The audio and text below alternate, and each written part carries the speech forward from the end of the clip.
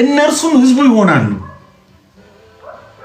እግዚአብሔርም እርሱ ራሱ ከነርሱ ጋር ሆኖ አምላካቸው ይሆናል ምን አይነት ጥልቅ የሆነ የመጽሐፍ ቅዱስ ክፍል ነው ይሄንን ነው እንግዲህ እግዚአብሔር በሰዎች መካከል ማደርን አምላካቸው መሆንን እነሱም ህዝቡ መሆንን በእግዚአብሔርና በሰዎች መካከል ያለውን ጋፕ ያለውን ባሪየር ያለውን ማንኛውም ኢንተርሚዲየሪ በጎም ሆነ ጥሩ አስወግዶ እግዚአብሔር የሚፈልገውን ገና አስቀድሞ የወጠነውን ከሰዎች ጋር ህብረት የማድረግ ፕሮግራሙን በይፋ ኢንጆይ የሚያደርግበት እኛም ኢንጆይ የምናደርግበት በህልውና ውስጥ የምንሆንበት ዛሬ በቅምሻ የሆነውን የእግዚአብሔር ቃል መገለጥ ዛሬ በጥቂቱ የሆነውን የመንፈስ ቅዱስን መሰጠት መፍሰስ ዛሬ በጥቂቱ የሆነውን በህብረታችን በአንድነታችን ኮርፖሬት በሆነችው ቸርች ላይፍ በዝማሪያችን በአምልኳችን በጸሎታችን በህብረታችን በመተቃቀፋችን በስጦታዎቻችን ኢንጆይ የምናደርገውን የክርስቶስን በረከት የእግዚአብሔርን መገለጥ የእግዚአብሔርን ባውንቲፉል ሳፕላይ ህይወት እንዲሆንላችሁ እንዲበዛላችሁ ያለው ይህንን ነገር በሙላት ማለት ነው አንሊሚትድ በሆነ መልኩ ገደብ በሌለው መልኩ ከእግዚአብሔር ጋር መሆን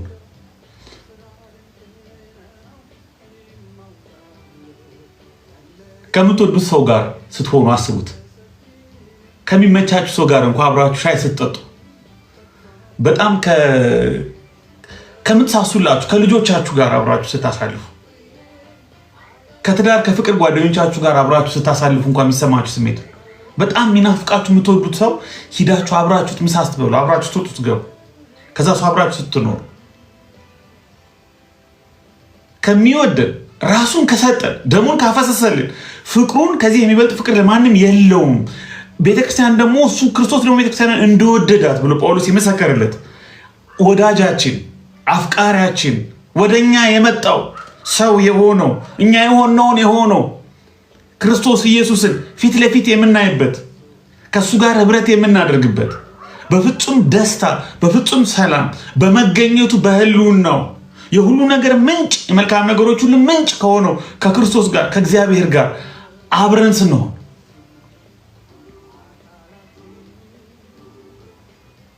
ታዲያ በጥቂቱ የምንደነቅበት የእርሱ መገኘት የእርሱ መንፈስ መሰጠት የእሱ ቃል መገለጥ የሚያስደንቀንን ነገር ስናስብ በኋላ የሚሆነው ነገር ደግሞ እጅግ ድንቅ ነው ታላቁ ተሰጎ ብየዋለሁ the great incarnation ኢየሱስ ወደዚህ ምድር መጥቶ ስጋ ሆነ በመካከላችን አደረ እግዚአብሔር አሁንም በመጨረሻ ደግሞ ከሚወዳቸው ህዝቡ ጋር በመካከላቸው ያድራል የእግዚአብሔር ማደሪያ ፍለጋ የእግዚአብሔር ከሰዎች ጋር ህብረት ማድረግና በሰዎች መካከል ማደር በሰዎች መካከል መገኘት ድንኳኑን በሰዎች መካከል መትከል ወደ ሰዎች መምጣት ወደ ሰዎች መቅረብ ሰዎችን ማቀፍ ሰዎችን መውደድ ሰዎችን መረዳት ከናንተ መካከል ኃጢአት የሌለበት ይውገራት ከናንተ መካከል ኃጢአት የሌለበት ይውገራት ያልተገደበ ፍቅር ያልተገደበ ምህረት ቸርነትን መስጠት የእግዚአብሔር ልዩ ባህሪ ይሄ የመጽሐፍ ቅዱስ ግራንድ ናሬቲቭ ነው ሜታ ናሬቲቭ ነው ከዘፍጥረት ብትነሱ ራእይ ድረስ የሚሄድ መንገድ ነው እግዚአብሔር በኤደን ገነት በዛ ምቹ ስፍራ ባውንቲፉል ሳፕላይ ኦፍ ዘ ስፒሪት ኦፍ ዘ ሎርድ እንዳልኳችሁ አራቱ ወንዞች አሉበት ጉዮም ፊሶን ኤፍራጥስ ጢግረስ ያለበት አራቱ ወንዞች አሉበት አራቱ ወንዞች የሚያጠጧት ሁሉ ነገር የሞላባት የህይወት ዛፍ ያለባት የእግዚአብሔር ድምጽ የሚመላለስባት ስልጣን ያለባት ለአዳም ለሔዋን ሁሉ ነገር የተሟላበት ምቹ ስፍራ እግዚአብሔር ለሰው ልጅ ሰጠው ከሰው ልጅ ጋር ህብረት ማድረግ ፈለገ የእግዚአብሔር ያልተገደበ አቅርቦት በኤደን ገነት ነበር ምዕራፍ 3 ላይ ፌል ያደረገ ይመስላል አብርሃምን ከከለዳውያን ኡር ጠራው እንደገና ሰው አገኘ እንደገና ህብረት ፈለገ እንደገና በአብርሃም በኩል ይስሐቅን በይስሐቅ ያዕቆብን እስራኤልን አገኘ፣ ህዝብ አገኘ። በህዝብ መካከል በሙሴ ድንኳን በመካከላቸው አደረ። አሁንም የማደር ፍላጎቱን አሁንም ፈቃዱን የመግለጥ ፍላጎቱን ኤደን ገነት ላይ የከሸፈ የሚመስለው እንደገና በእስራኤል በኩል አስፋፍቶ ቀጠለበት። በሰለሞን ቤተ መቅደስ ከዓለም 7ቱ ድንቆች አንዱ በተባለው በሰለሞን ቤተ መቅደስ እንደ እስራኤልን እንደ ካፒታል እግዚአብሔር የእግሩ መረገጫ የህልውናው መገኛ የምስክሩ ታቦት አሕዛብ ሁሉ ዓለም ሁሉ እግዚአብሔርን የሚያውቅና የሚያይበት ስፍራ ይሆን ዘንድ በመቅደሱ በህዝቡ መካከል በከተማው መካከል ራሱን ገለጠ፣ ተገኘ። በእስራኤል መካከል ተገኘ። የእስራኤል አምላክ ተባለ። የዳዊት አምላክ ተባለ። ራሱን ገለጠላቸው ለሌላው ዓለም ብርሃን የሆኑ ዘንድ ለሌላው ዓለም ሚሽነሪ የሆኑ ዘንድ። በምርኮ እንኳ ወደ ባቢሎን ሲሄዱ እግዚአብሔር ከነ ዳንኤል ጋር ነበር። እግዚአብሔር ከነ ሲድራቅ ሚሳቅ አብደናጎ ጋር ነበር። አንድ ሰው ሲናገር ስደተኛ ሆኖ ነበር። ኤግዛይልድ ጋድ ነበር። አብሮ ተማርኮ ምርኮኛ ሆኖ ነበር። ከሚወዳቸው ከህዝቡ ጋር አብሮ ተሰዶ ነበር ይላል። ታምራቱን ድንቁን መገኘቱን እያሳየ አሁንም ሰው መፈለጉን አሁንም ህዝብ መፈለጉን በዕዝራና በነህምያ አማካይነት ተመልሰው ደግሞ እንደገና መቅደሱን በነ ኢያሱ በነ ዘሩባቤል እንደገና ሲሞክሩም እግዚአብሔር ከነሱ ጋር ነበር። በኋላም በክርስቶስ ኢየሱስ ከአንድ ዘር ከአብርሃም ዘር ብቻ በስጋ ሳይሆን ከአይሁድ ብቻ ሳይሆን አጽናፈ ዓለሙን ሁሉ ያካተተ አሕዛብንም አይሁድንም የግሪክንም ሰው ሁሉንም ሴት ወንድ ባሪያ ጨዋ እስኩቴስ ሳይል ሁሉን ያካተተውን ሁሉን የሚያቅፈውን ሁሉን የሚያድነውን ሁሉን የሚወድበትን ያንን ታላቁን የማዳን ፕሮግራሙን በኢየሱስ ክርስቶስ በቀራንዮ አደባባይ በይፋ ለዓለም ሰው ህዝብ ሁሉ በታሪክ ለሚመጡ ትውልዶች ሁሉ ሊነገር ሊጠፋ በማይችል መልኩ በወንጌል የምስራች ገለጠው። ይሄን አስደናቂ ፍቅር የፍቅር ሃይማኖት የፍቅር ክርስትና የፍቅር ደብዳቤ የፍቅር መልእክት ኢየሱስ በመስቀል ላይ እርቃኑን ለሰው ልጆች ፍቅሩን በመግለጽ ደሙን በማፍሰስ ሞቱን በመካፈል ስጋችንን ደማችን በመካፈል እኛን በመምሰል እኛን በመሆን በዓለም አደባባይ ኢየሱስ ክርስቶስ ለሰው ልጆች ሁሉ ያለውን ፍቅር ገለጠ። ሰው መፈለጉን ከሰው ጋር ማደር መፈለጉን በሰዎች መካከል በህዝቦች መካከል ድንኳን መትከል መፈለጉን ማደር መፈለጉን በይፋ በመስቀል ላይ በተሰጎ በመንፈስ ቅዱስ መውረድ አሁንም በቤተ ክርስቲያን በኩል በሚገልጠው ጸጋዎች በዙሪያችን ባሉ በተሰጠን ቃል በዙሪያችን ባሉ በተለያዩ ጸጋዎች ባሉ ወንድሞች እህቶች በኩል በዓለም ላይ ኢየሱስ ክርስቶስ እግዚአብሔር ሰው መፈለጉን ከሰው ጋር ማደር መፈለጉን ለመጨረሻው ለታላቁ ኢንካርኔሽን ለታላቁ ህብረት ለኒው ጀሩሳሌም ለቅድስቲቱ ከተማ ፕሮግራም እኛ ሁላችን በአንድ ከክርስቶስ ጋር ከእግዚአብሔር ጋር ህብረት በመናደርግበት ለታላቁ ጥሪ ልክ የበጉ ሰርግ እንደተባለ ለታላቁ ሰርግ ለታራቁ መሰባሰብ the great consummation ለታላቁ መጠናቀቅ ለታላቁ ፍጻሜ ለታላቁ ህይወት ክብር ላለው ህይወት ለሱ ተጠራ ለሱ ታጭ ደካማ ቢመስልም የገባንበት መንገድ ከምህረቱ የተነሳ በእምነት እንደው በጸጋው ግን ክቡር ጥሪ ግን ድንቅ ጥሪ ግን ድንቅ ህይወት ለዚህ ፕሮግራም ታጭተናል።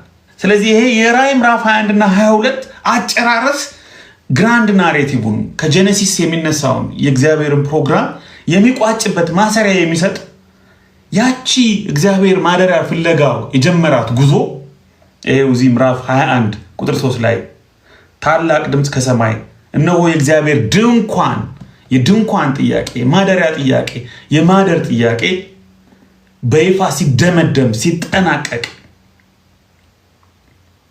እነሆ ሁሉን አዲስ አደርጋለሁ ብሎ በግልጽ በመናገር እግዚአብሔርን አስደናቂ ፕሮግራሙን ያሳየናል ማለት ነው። ስለዚህ ዮሐንስ ራዕይ የእግዚአብሔር እቅድ መጠናቀቅ ምን እንደሚመስል ከአጠቃላይ የመጽሐፍ ቅዱስ መልእክት ጋር በተሳሰረ መልኩ የኢየሱስ ክርስቶስንና እግዚአብሔር ያቀደው እቅድ መጠናቀቅ ምን እንደሚመስል የሚያሳይ እንጂ የራሱ የኢየሱስ ክርስቶስ መገለጥ እንጂ እንደው ለብዙ ዓመታት ሲመስለን እንደነበረው አስፈሪ የአውሬዎች የጫካዎች የጁራሲክ ፓርክ ላለው ብዙ ጊዜ ጁራሲክ ፓርክ የሚመስል እንደው መሃል ላይ ያሉ ልንረዳቸው የማንችላቸው አንዳንድ ነገሮችን ትኩረት በማድረግ የመጽሐፉን ዋና መልእክት አንኳር መልእክት ሚስ የምናደርግበት ነገር አይደለም ማለት ነው። ለመግቢያ ያህል ነው የተወሰነ አንድ 20 ደቂቃችን ሀሳብ ያካፈልኳችሁ። የመጣችሁ ዘግይታችሁ የመጣችሁ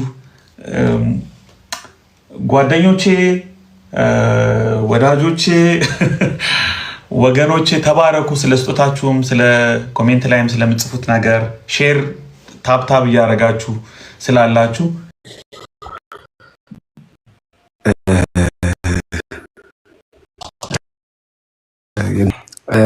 እንደ 1000 የሚለው ቃል በራሱ ገደብ አልባነትን ኢንዲኬት አድርጎ መተርጎም የምንችልበት ኦፕሽን እንዴት ታየዋለህ? ለምሳሌ ብሉይ ኪዳን ላይ ንጉሶች 1000 ዓመት ንገስ ይላሉ። which means ያው ሊሚትለስ የሆነ አገዛዝ ይኑርህ ነው ትርጉም እና ይሄ ከዲስፔንሴሽናል ከሆነው ኢንተርፕሪቴሽን ውጪ 1000 ዓመት የሚለው ሐሳብ ከጌታ ጋር ላይክ ፎሬቨር ወይም ለዘላለም ከመንገስ ጋር እንዴት ይታያል? እንደዛ አይነት ኢንተርፕሪቴሽን የሚለውን ለመናገርና አክቹሊ ይሄን ጥያቄ ያው ጥያቄ ካላችሁ ስትል ነው ለመጠየቅ የመጣሁት እና ለመመረቅም ነው። ቴንኪዩ ታችሁ ይከታተላሉ። ተባረክ። እሺ ቴንኪዩ በጣም እሺ። ሌሎች ያችሁ እስክትገቡ አንዳንድ ነገሮችን ሪፍሌክት እናድርግ።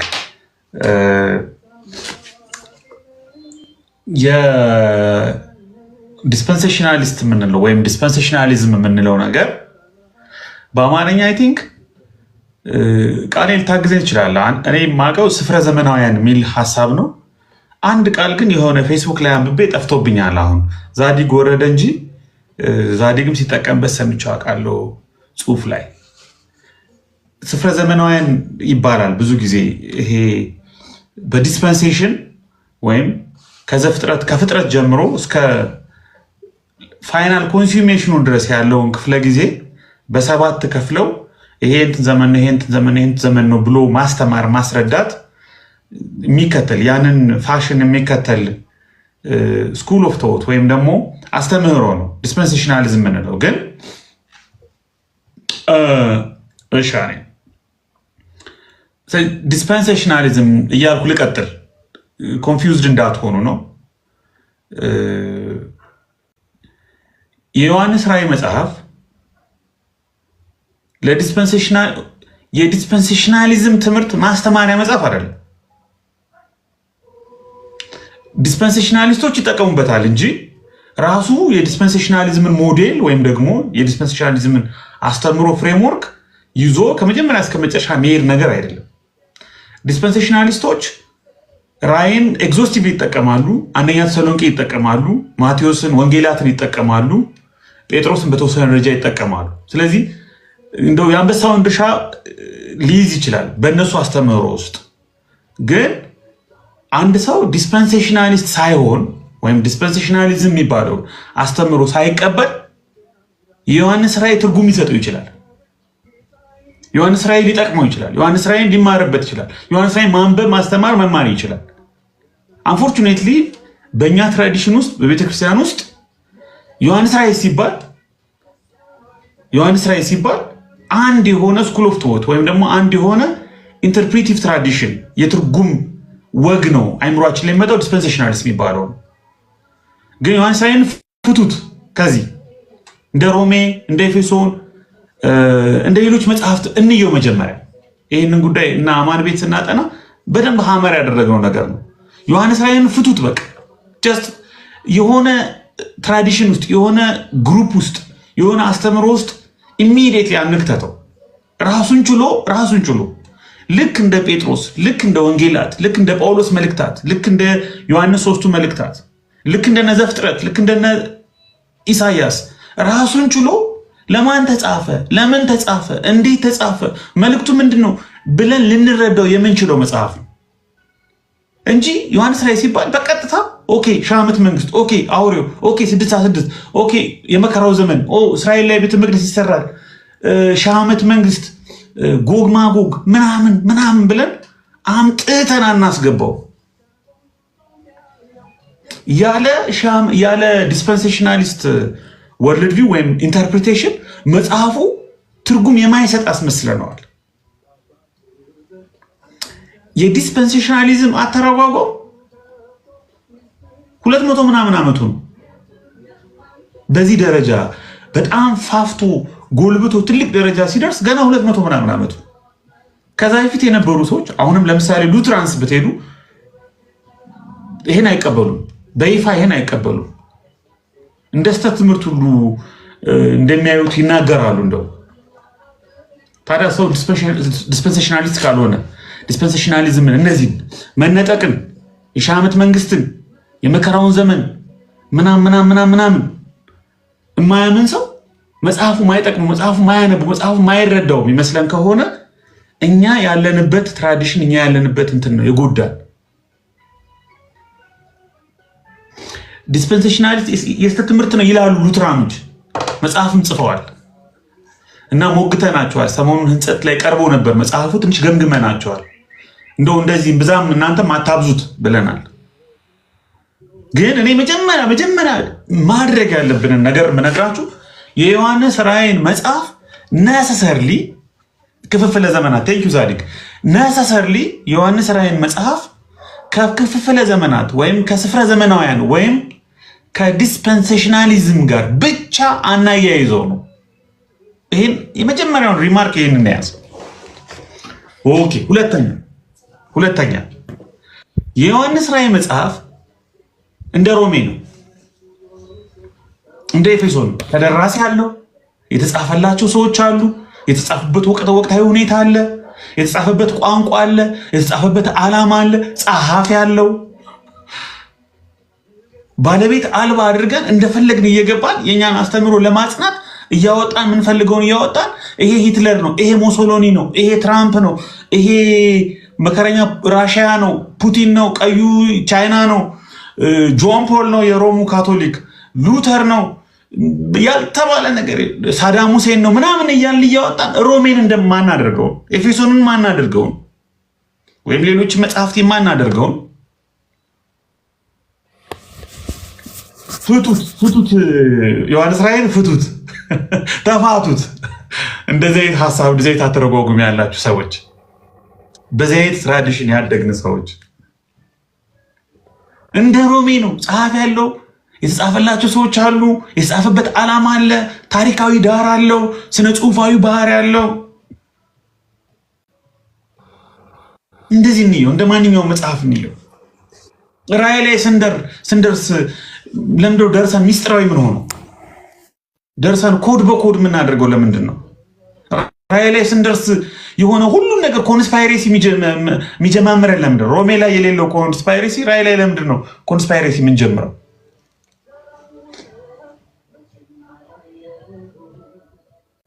ያተረጓጎም ስታይላችን ራሱ ራእይ ላይ ሲደርስ ይቀያየራል።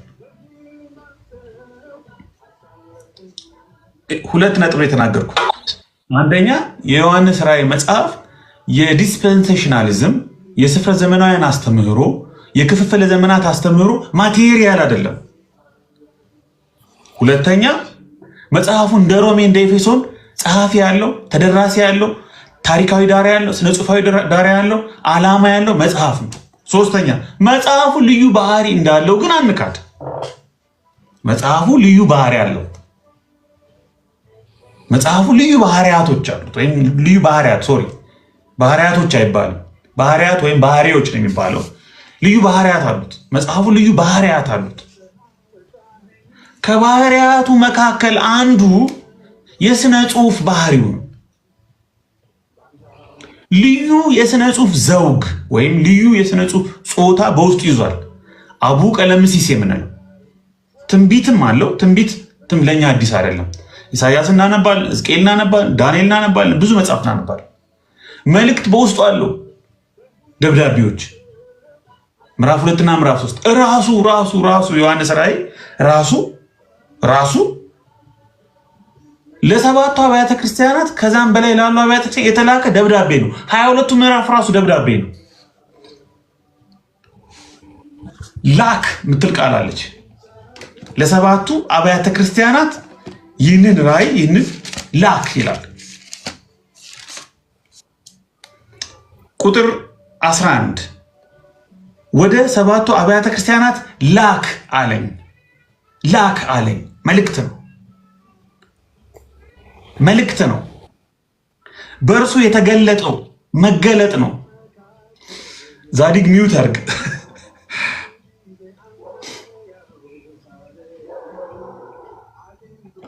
እዚህ መልእክት ነው፣ መገለጥ ነው።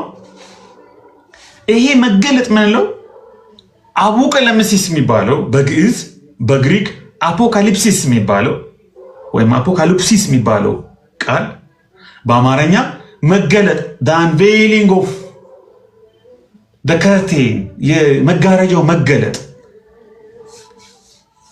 እሺ እሱ የሚጥፋ መዝሙር ነው። ድምፅ ሴንሲቲቭ ነው፣ የሚገርም ነው። ቴንክ ዩ እዮቢ ተባረክ። እሺ ይሄ የመጽሐፉ ልዩ ባህሪ ነው። ልዩ የሆነ የሥነ ጽሑፍ ዘውግ በውስጡ አለ። ትንቢት ችግር የለም፣ መልእክት ችግር የለም። ግን አቡ ቀለምሲስ በውስጡ አለ። የአቡ ቀለምሲስ የሥነ ጽሑፍ ዘውግ በውስጡ አለ። ይህንን አቡ ቀለምሲስ የሥነ ጽሑፍ ዘውግ እንደ ዮሐንስ ራእይ ብዙ ቦታዎች ላይ አናገኘውም። ዳንኤል ላይ ጥቂት አለ። አንዳንዶች እነ ዩኤልን እነ ዘካርያስን ትንሽ ይጨምራሉ። አንዳንዶች እንደውም ወንጌላት ላይም ትንሽ ይኖራል ብለው ያስባሉ። ሕዝቅኤል ላይ ያለው መርካባ ወይ መርካቫ ትራዲሽን የሚባል ነው። ከአቡ ቀለምሲስ ትንሽ ለየት ይላል፣ ግን አቡ ቀለምሲስ ስንበለው ለጊዜው ቴክኒካሊ።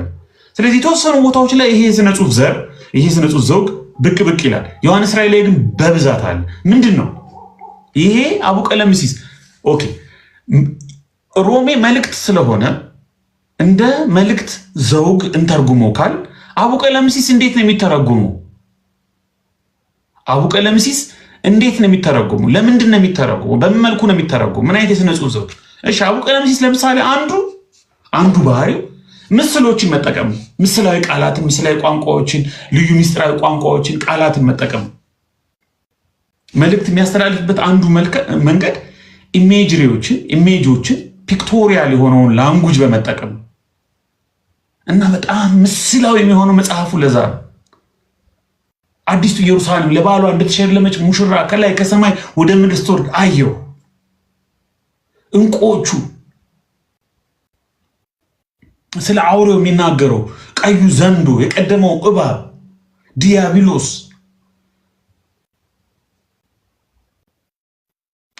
ያጻጻፍ ዘውጉ አቡ ቀለምሲስ የሚባለው ከለርፉል የሆነ ላንጉጅ ኢሜጅሪን ምሳሌዎችን መጠቀም ነው። ይሄ የሥነ ጽሑፍ አይነት ይሄ የሥነ ጽሑፍ ዘውግ የሚተረጎምበት የራሱ የሆነ አግባብ አለው። የአቡ ቀለምሲስ መጽሐፍ ያተረጓጎም ዘዴ አለ። አንዱ ባህሪው ግን ምስላዊ ቋንቋዎችን መጠቀም ነው። ሁለተኛው ባህሪው ቁጥሮችን መጠቀም ነው። በእኛ ሀገር የተለመዱ ላይሆኑ ይችላሉ። ቁጥሮችን፣ ምልክቶችን ተጠቅሞ መልእክት ማስተላለፍ ግን ከአርኪሜድስ ከፓይታጎረስ ኢቨን እነ ፕሌቶ ሳይቀር በሄለና በግሪክ ፊሎሶፈርስ ጁሽ ካባሊስትስ የሚባሉ ክርስቲያን ጁሽ ካባሊስትስ የተለያዩ የሥነ ጽሑፍ በሚድራሽ ውስጥ የሚገኛል።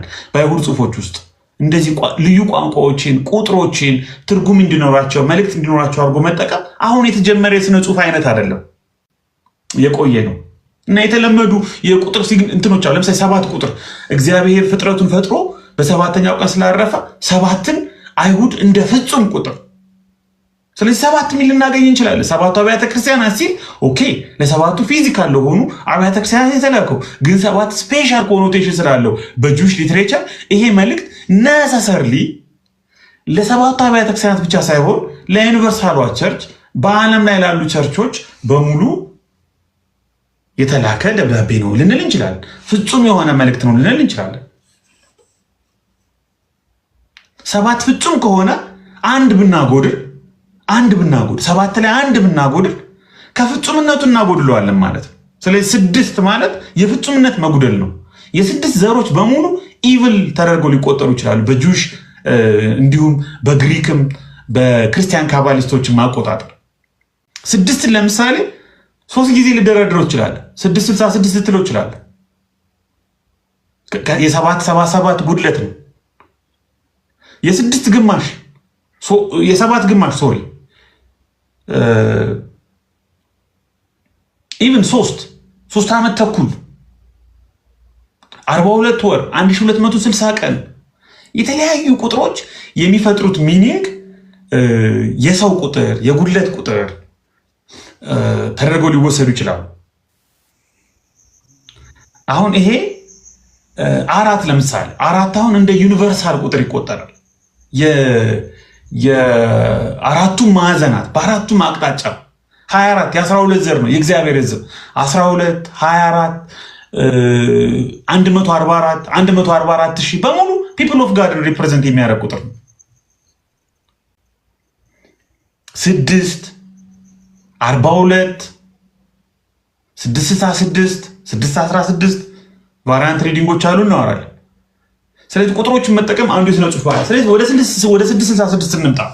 ዮሐንስ ራእይ አቡቀለምሲስ የሚባል ልዩ የሥነ ጽሑፍ ዘር ልዩ የሥነ ጽሑፍ ጾታ ወይም ዘውግ በውስጡ የያዘ ግን ትንቢት የሆነ አፖካሊፕቲክ ፕሮፌሲ ወይም ደግሞ ፕሮፌቲክ አፖካሊፕስ ስለሆነ ግን ደብዳቤ ሆኖ ለ7ቱ አብያተ ክርስቲያናት የተላከ ስለሆነ በውስጡ ቁጥሮችን በልዩ ሁኔታ ትርጉም እንዲሰጡ ተጠቅሟል። ኢሜጀሪ ቋንቋዎችን ተጠቅሟል። አሁን 666 ምትል ምዕራፍ 13 ላይ አንድ ቃል አለች።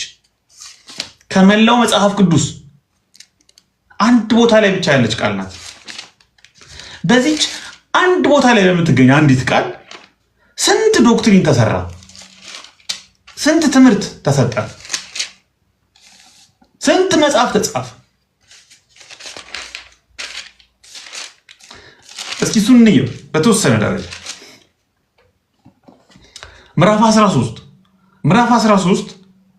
ከምዕራፍ 12 ቀጥሎ ምዕራፍ 12 ላይ ከተፈጸመው ነገር ቀጥሎ የሚመጣ መጽሐፍ ነው ወይም ታሪክ ነው።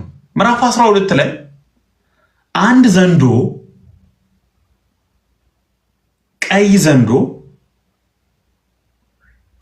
በሰማይ እንደታየ ታላቅ ቀይ ዘንዶ በሰማይ እንደታየና ይሄ ዘንዶ ሴቲቱን እንዳስጨነቃት በምጣር ላይ ወንድ ልጅ ልትወልድ ያለችን ሴት እንዳስጨነቃትና ልጇን ሊገድል ልጇን ሊበላ እንደፈለገ ሴቲቱ በወለደች ጊዜ ሕፃኗን እንዲበላ ልትወልድ ባላት ሴት ፊት የቆመ ቃል በቃል ይሄ ቀዩ ታላቁ ቀይ ዘንዶ ማን እንደሆነ እዚሁ መጽሐፍ ላይ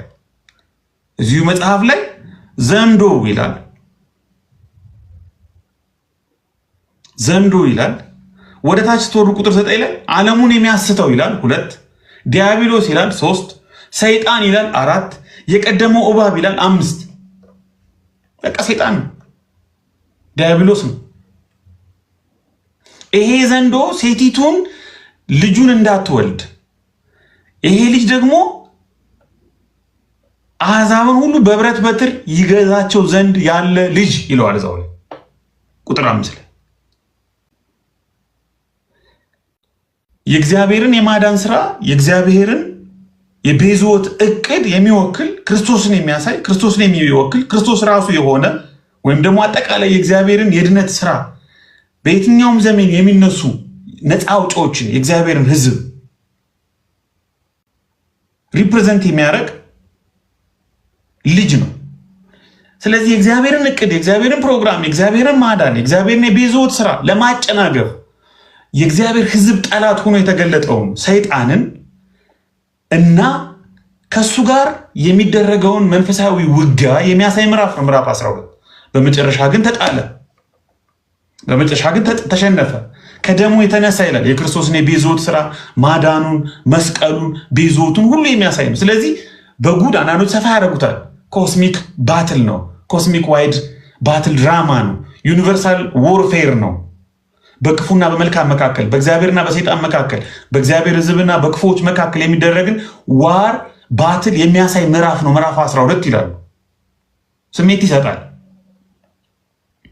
በቃ ሰይጣን ተጣለ፣ ተሸነፈ፣ ባይንድ ተደረገ፣ አቅሙ ተገደበ፣ ካታርጎ ሆነ፣ ፓራላይዝ ሆነ፣ ኢንካርሰሬትድ ሆነ። ኢንካርሰሬትድ ሆነ ምን ማለት ነው? ተኮላሸ አለ። ቶታሊ ሪሙቭድ አልሆነም፣ ግን አቅሙን አጣ፣ ግን ተሸነፈ።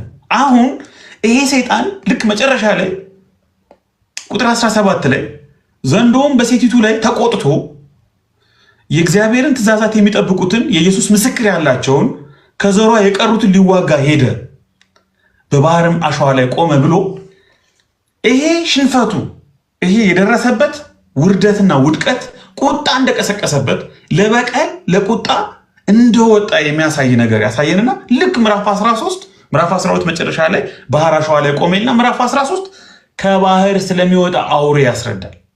ቁጥር 1 ምዕራፍ 13 ቁጥር 11 ደግሞ ከየብስ ስለሚወጣ አውሬ ያስረዳል። ባጭሩ ይሄ ዘንዶ ሌሎች አጋሮቹን መጥራት፣ አደረጃጀት መፍጠርና የእግዚአብሔርን ሕዝብ ለመዋጋት የተለያየ አሰራር መዘርጋት ጀመረ ማለት ነው።